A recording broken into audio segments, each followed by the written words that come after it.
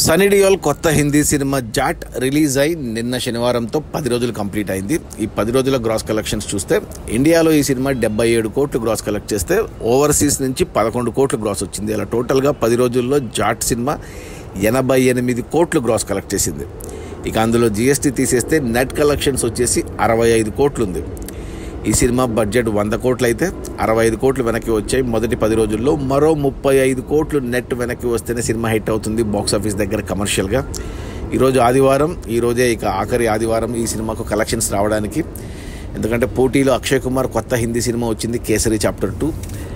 ఇక రేపు సోమవారం నుంచి కలెక్షన్స్ ఉండవు. సో నాకు తెలిసి మరో 5 కోట్లు రావచ్చు ఈ సినిమాకి మిగతా రన్లో. సో 30 కోట్ల నష్టాలతో సినిమా కమర్షియల్గా ఫ్లాపే.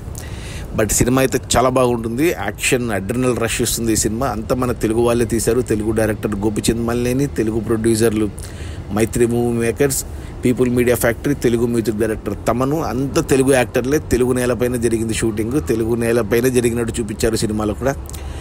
సినిమాకు వచ్చిన రెస్పాన్స్కి వాళ్ళు ఇంకో సినిమా తీయబోతున్నారు, జాట్ పార్ట్ 2. అలాగే ఇప్పుడు ఈ డైరెక్టర్ గోపిచంద్ మల్లేని అలాంటి సినిమాని తెలుగులో బాలయ్యతో చేయబోతున్నాడు. జూన్ 10న ముహూర్తం షాట్ అని చెప్పారు. బట్ సినిమా అయితే చాలా బాగా నచ్చింది నాకు. నేను 2 సార్లు చూశాను. సో ఎవరైనా మిస్ అయింటే చూడండి. Pakka commercial action movie. Especially first half మాత్రం అదిరిపోతుంది. కానీ కమర్షియల్గా సినిమా కలెక్షన్స్ లేవు. 30 కోట్లు నష్టమైతే క్లియర్గా ఉంది ఈ సినిమాకు.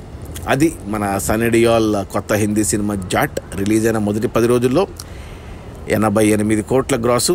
అందులో నెట్ కలెక్షన్స్ వచ్చేసి 65 కోట్లు. సినిమా బడ్జెట్ 100 కోట్లు అయితే అందులో 50 కోట్లు మన సన్నీ డియోల్ రెమ్యునరేషనే. ఇంకా 35 కోట్లు రావాలి సినిమా హిట్ అవ్వడానికి. కష్టమే, ఇంకా 5 కోట్లు వస్తాయి. సో 30 కోట్ల నష్టాలతో సినిమా కమర్షియల్గా ఫ్లాప్ యాజ్ ఆఫ్ నవ్.